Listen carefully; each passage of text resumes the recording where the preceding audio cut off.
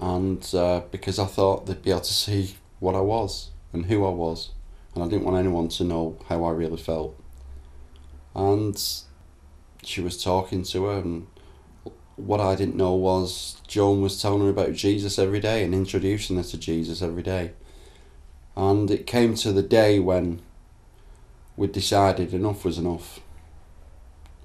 Rather make a real go of it and do something drastic, or we'll just go our own separate ways. And that day we decided to go our own separate ways. And I was out in the garden for some peace and quiet, digging the garden. You'll never see me doing that again, believe me. And because I'm not a gardening man. But that I was meant to be out there that day.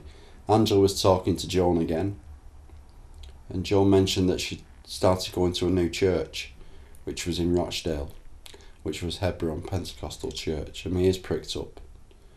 And I was telling her that I used to attend there, and it was probably the best time in my recovery when I was attending there. And Joan just said, you know, Jesus has got his hand on you. He always has, he always will, and he'll always love you. And I felt something change inside me. It was a feeling I'm getting now. It was a feeling of excitement. It was a feeling that this void inside me was being filled. And it's a feeling of warmth and of love and of just being cared for. And I had a talk to Angela that night, and I says, I would like to give it a try. I would like to go back, you know, to church. And Angela agreed to a point, because we couldn't agree to which service to go to, because they had a morning service and an evening service. Angela didn't like getting out of her bed, so she didn't want to go to the morning service. I loved my cricket, which would mean I'd have to miss part of my cricket to go to the evening service. So we both came to a conclusion that we'd make a sacrifice and go to both. And we did that for quite a period of time. And the moment I stepped back into that church, I was welcomed back with love. I was expecting a I told you so. There was none of that, no judgmentalism. And I was loved back into that church. I rededicated my life to Christ that day. I gave my all, and I knew from that day on, this was different. This was the start of something exciting and something new.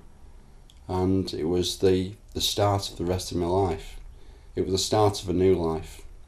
We started attending a nurture group with the then trainee pastor Fidel, and he introduced us to, you know, the basics of the Christian faith and the life and Jesus. And through that nurture group, I was baptised in the Holy Spirit in someone's home.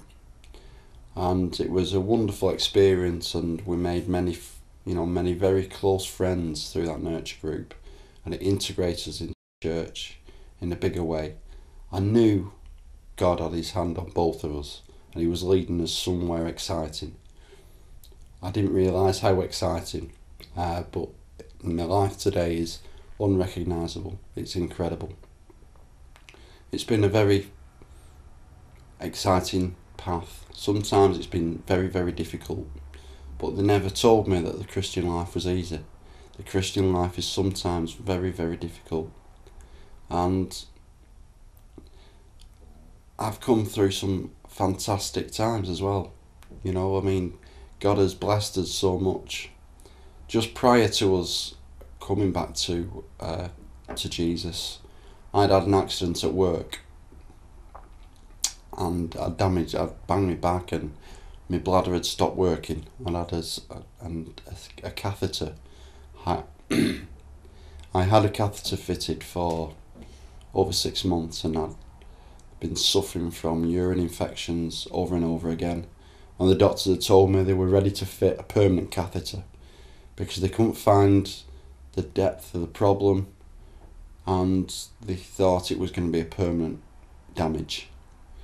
And 2 weeks after they told me that, I then went to a meeting. It was a youth meeting at Hebron, and a guy called Stephen George was preaching, and me and Angela were still new to the faith, and we came to the meeting, and I was very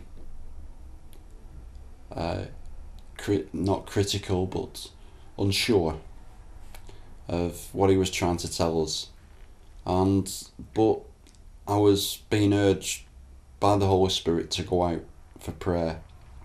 And Stephen George said to me that day, "You need to take that leap of faith." And I was still working in sales, and I knew that had to go because my employers were asking me to do things I was no longer comfortable with. They were asking me to lie and deceive clients, and I couldn't do it anymore. I just couldn't do it. My life had changed. I couldn't live that life any longer. I couldn't have one foot in both camps. I had to really take that step of faith into God's kingdom. And I gave my job up and the following day, and that following day I also got quite ill. I was in bed with a very, very high temperature. I had a urine infection again, but this one was a really bad one. And I'd really taken that word from Stephen George to heart, that I needed to take that step of faith and really believe in Jesus Christ and what he could do for me and how he could change my life. And the following Sunday we had a meeting. That Saturday I was quite ill, like I say, and I had a really high temperature, and I was upstairs in bed, and Angela was downstairs praying for me, along with Matthew, whose son, who followed us to Jesus not long after, and they were both praying for me downstairs. And in the middle of the night I woke up at 3 o'clock in the morning, start upright, feeling absolutely fantastic. I knew something had happened, and Angela with a start said, "You've been shouting in your sleep, you've been shouting in your sleep, by your stripes we are healed." And I knew something had happened to me. I knew something had changed. I no longer felt any temperature or any fever. I felt absolutely alive. I felt really alive. And there was a healing meeting which Lex and Sonia were ministering at the following Sunday. And I was really alive, and the word was really jumping out to me. And I went forward for prayer, and Sonia came up and prayed for me. And at the end of the prayer she says, "God's already done his work. You need to receive his healing power and take that extra step of faith." And I'd heard that now twice in 3 days.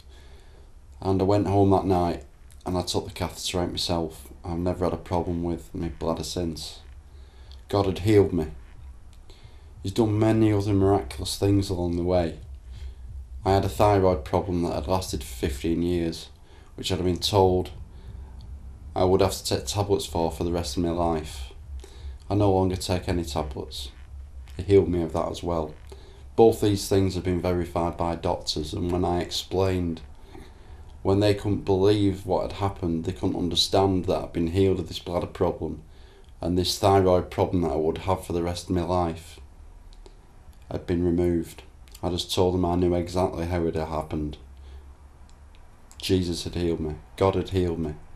I'd received his healing power and they'd been removed. And my health since then has been very good. And he's done many other miracles as well in our family.